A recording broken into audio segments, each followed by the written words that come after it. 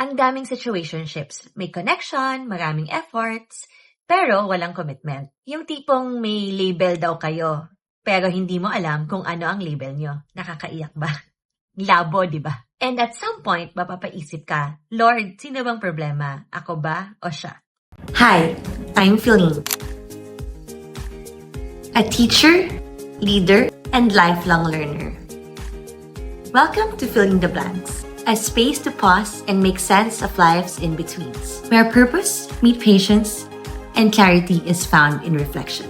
So take a breath and let's fill in the blanks together. Blankmates, have you ever felt like ikaw yung extra sa sarili mong buhay? Parang lahat may ganap. From promotion, engagement, travel era, healing era, kitang-kita mo naman na whenever you scroll on social media, especially in this age of reels and long-form videos, parang lahat may kanya-kanyang ganap sa sarili nilang mga social media pages. There are so many not so subtle reminders that you cannot ignore. It shows where others are at least based on their digital footprint. Masaya ka naman for them. Pero sa'yo, deep inside, may konting kirot. May pain. Yung tipong mapapatalokbong ka na lang sa kumot, feeling like, what's happening? Parang bigla akong nasa sad. Tapos ikaw, asan ka? Nasa please wait mode pa rin ba? Parang K-drama na 16 episodes, pero ikaw, nasa episode 4 pa rin. Walang plot twist, wala kang pangkilig. Mapapatanong ka na lang Lord, nasan na ba yung crash landing on you moment ko? But what if hindi ka stuck? What if nasa tamang episode ka lang? Let me tell you this. As long as you're obedient to what God wants you to do, where you should be, and with the people you should be with, at the place where you should be at, then you will be perfectly fine right where you are. The mindset where I am at right now did not come overnight. It came from a series of seeking, searching, growth, and development. For now, I will be sharing one of the books that I like to revisit and read whenever I go through waiting seasons in my life. Let me introduce the book of Ecclesiastes. It's a book in the Bible, and it says, to everything there is a season. Hindi sinabing pag ready ka na. Hindi rin sinabing pag perfect ka na. Ang sinabi, everything. Maybe, in this season you're in right now, the slow one, the quiet one, the confusing one is not a mistake. Ngayon, dumako naman tayo sa favorite niyong topic. Let's go to dating life. And let's be honest, these days, mahirap nang mag-date. Bakit? Ang daming performative relationships, even IRL. Ang daming couples na ang ganda-ganda tignan online, to the point na kahit hindi ka naman yearning, hindi ka naman searching, hindi ka naman looking, bigla kang mapapaisip at makakaramdam ng inggit. Tapos sana all ka na lang. Pero hindi lahat ng nakikita natin online, may depth offline.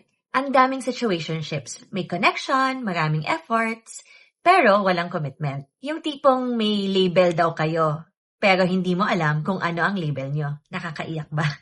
Labo, di ba? And at some point, mapapaisip ka, Lord, sino bang problema? Ako ba o siya? Bakit everyone else is finding someone? Tapos ako, stuck sa puro talking stage na walang direction. But you need to be mindful of this. What if this season is not a rejection? Instead, a protection. Protection from harm, from trouble, from disaster.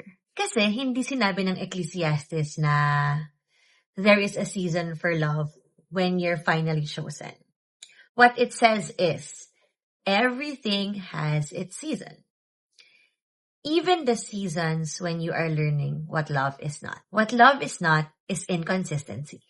Yung nandyan lang pag convenient, pero nawawala pag kailangan mo na. Bakit ko ba ito nasasabi?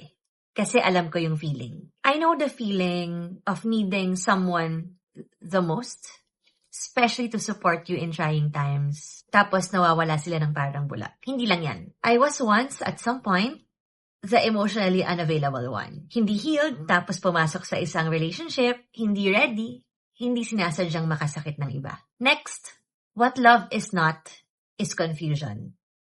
Yung kailangan mong i-analyze bawat chat, bawat conversation, bawat salita, bawat galaw, kasi hindi clear kung saan ka lulugar. Next, what love is not is performance. Yung kailangan mong maging perfect version of yourself just to be chosen. What love is not is just a potential. Yung lagi mong iniisip na baka magbago pa siya, sige, try natin ulit. Baka maging ready na siya soon. Pero hanggang baka na lang ba? And sometimes, God allows those seasons not to break your heart permanently, but to break your patterns. Another touchy subject would be the career side. Same thing goes with your career. Minsan ang dami nangyayari.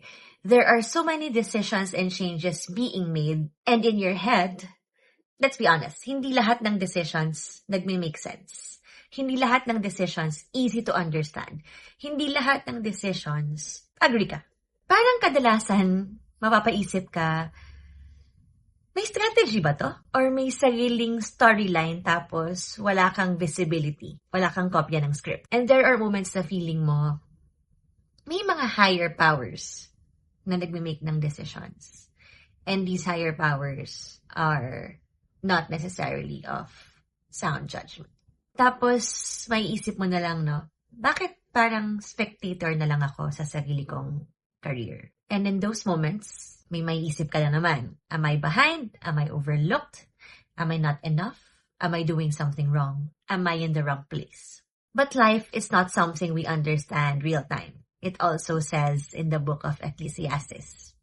Hindi lahat ng season may explanation kaagad. Or kung meron man, hindi kaagad may intindihan natin. Let's face it, our minds are finite.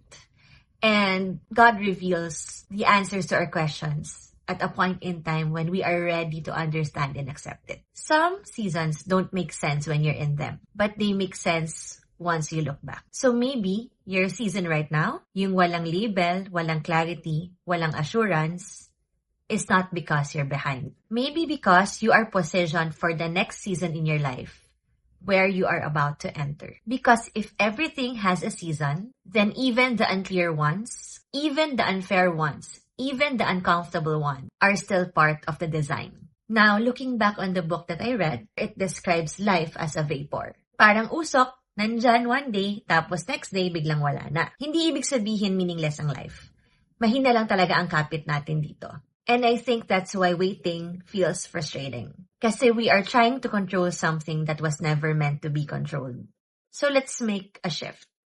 Let's ask ourselves, why do we need to control? Bakit natin gustong kontrolin ang lahat ng bagay? Hindi naman tayo ganito nung bata tayo eh. We just lived and we trusted. We were so carefree. Naisip ko, minsan, the need to control is not about the situation. It's about what we are trying to compensate for. Example, when something in your life feels small, we suddenly become controlling. Kailangan ikaw yung masunod lagi. Ikaw lagi yung bida. Ikaw ang in control. Not because you are strong, but because you want to feel strong. Or when someone feels overlooked, you overperform, you overplan, you overachieve. Kasi you are trying to prove you matter. Now, let's look at other phases of control. Number 1, in relationships, any kind. But control can look like holding on too tight.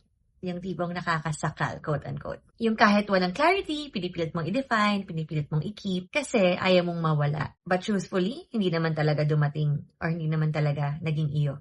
Sakit isipin, pero totoo yan. It happens in romantic relationships, in friendships. Okay, number 2, in career. In career, control can look like over-planning everything. Gusto mo clear yung next 3 years of your life at the very least. Your promotions, the projects you're handling, the teams that you are going to work with, etc., etc. Pero biglang nagkakaroon ng desisyon na hindi mo hawak, meaning it's beyond your control, maybe above your pay grade. If you are a business owner, it's out of your hands kasi may iba ng players involved. And you realize, hindi pala ikaw yung may final say. Ba't ko ito nasasabi? It has happened so many times to me and to the people around me. I work in corporate. Before that, I worked with startups. And then I also had some stints as independent contractor or consultant.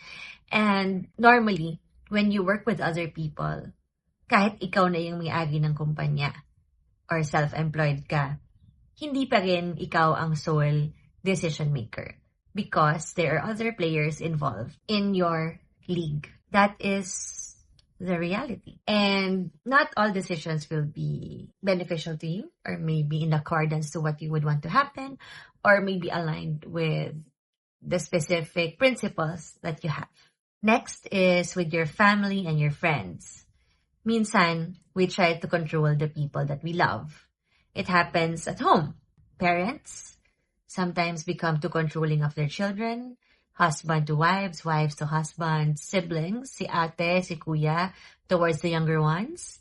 Because ang rason ay, I'm doing this out of love, ayokong mapariwara ka, or I would want to protect our relationship, things like that. Nothing wrong with that. But, kapag naisip mo na yung part na we want them to choose what we think is best, to act how we expect, kasi we are afraid that if we don't, something might go wrong, yun na yun. Sa sarili natin, guilty rin tayo dyan, controlling ourselves, diba? And sometimes, we try to control ourselves too much. How? We suppress our emotions, we rush healing, we force ourselves to be okay. But mind you, feeling our feelings is something that is necessary for us to be able to process the situations we are going through. At the same time, we lessen the trauma or the undealt with emotions, situations na madala natin sa next relationships natin, whatever that may be. Hindi kasi maganda na lahat ng bagay is throw natin under the rug.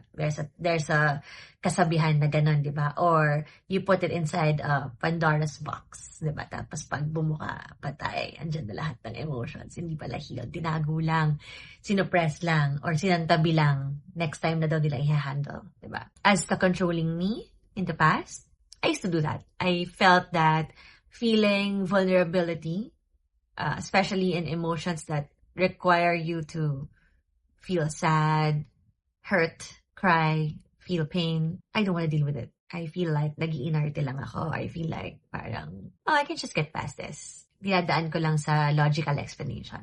But in truth, it actually harms my mindset long term and how I deal with things long term. So this is something that we should be able to willingly go through. So, sunod naman, lahat ng bagay na to, if you ask me, they are nothing new. It happens to everyone. Meaning, yung waiting season mo, it's not unique. Someone else out there is dealing with the same thing. Yung akala mo, ikaw lang yung napag-iwanan ng panahon, kapatid, naka-only season na yan sa earth. Different people, same struggles. What the book of Ecclesiastes is actually saying, the things you are going through right now, the confusion, the waiting, the unanswered questions, hindi ka nag-iisa sa experience na yan. May mga nauna sa'yo na dumaan na dyan. May mga kasabay mo ngayon, dumadaan din dyan. At may mga susunod pa. Now, let's apply this to dating naman. Yung mixed signals na nakukuha mo, hindi lang yan sa'yo nangyayari. Yung situationships na walang direction, nangyayari yan sa tablemate mo, sa school, or sa seatmate mo sa work. Yung tanong na may mali ba sa akin, a lot of people are asking that question to themselves. Hindi lang yan ikaw. It's not new, but I am not discounting the fact that it's not painful. Applying this to work, there are times feeling mo marami nangyayari in this day and age with the war blowing up, with the fuel prices going up. The rest, of course, follows. Especially in our country. We are an archipelagic country and transporting goods and services require us to spend money on transportation and logistics. And that is not cheap in the Philippines right now. I have studied that in detail when I was in grad school. And ngayon nararamdaman talaga natin siya. Kung dati namamahalan na tayo, ngayon mas lalo na. So, yung pakiramdam mo na ang daming nangyayari, oo, marami talaga. And it's not in our control. There are only certain things that is within our control, and that's perfectly fine. Also, there are many decisions being done above your pay grade, right? And you are just trying to keep up with the situation. Yung tanong minsan na, am I still on the right path? Yes, we ask those questions all the time. Hindi yan bago. Now, let's try to shift the perspective. At first, parang nakakalungkot na parang, ay, hindi ko pala kontrolado lahat ng bagay. Pero hindi yan unique struggle. But actually, it's freeing because it means you're not behind, you're not abnormal, you're not doing life wrong. You're just experiencing what it means to be human. The content of Ecclesiastes is not trying to invalidate your feelings. It's not trying to invalidate your pain. It's trying to give you a perspective na yung season mo ngayon, kahit gaano ka confusing, kahit gaano ka frustrating, it's part of a bigger pattern in life. So instead of asking, bakit ako? Maybe we should ask, anong tinuturo ng season na to sa akin? Madalas kasi, or ako lang ba to? Correct me if I'm wrong. Mas madaling magtiwala or maniwala kay Lord when things are going your way. Things are easier. Things are progressing. Pero pag may nangyayari na hindi maganda, kaya pa ba nating sabihin yung, okay Lord, I still see you. Pero pag ang tagal mo na naghihintay o kaya tahimik si Lord, parang, hello Lord, nandyan ka pa ba? Kasi nasanay ako na pag may effort, laging may result. Pero sa life, walang dashboard, walang progress bar. And I realized, maybe the problem is that nothing is happening. Maybe the problem is I'm expecting things to move the way I want them to. So, the message here is to let go of control. Ecclesiastes reminds us that we cannot control life. We cannot grab smoke. And I think that is what God is teaching in the waiting season. Not everything needs control. Some things need your trust. One of the biggest lessons that I have learned in my stay here on earth, nagkatawang tao daw, nabigo lang. Life is not something you gain. Life is something that you receive. It's a gift. It's not a race, even if everyone thinks it is. Or most people think it is. Mapapaisip ka lang, why do we keep running after something? And maybe we're tired because we are trying to win something that was never meant to be a competition. Blankmates, if your life feels slow right now, if it feels quiet, if it feels like nothing is happening, maybe it's not empty. Maybe you are just looking at it forward. Because life only makes sense if you look at it backward. So if tingin mo hindi pa siya maganda, hindi pa siya tapos. So wait, there's more. This is Feline, trying to fill in the blanks with you. See you next episode, Blankmates. Thank you for tuning in to Filling the Blanks. If today's conversation spoke to you, share it with someone who might need it too. Follow the show on Spotify or YouTube, and join me again as we continue to fill in the blanks, one story at a time.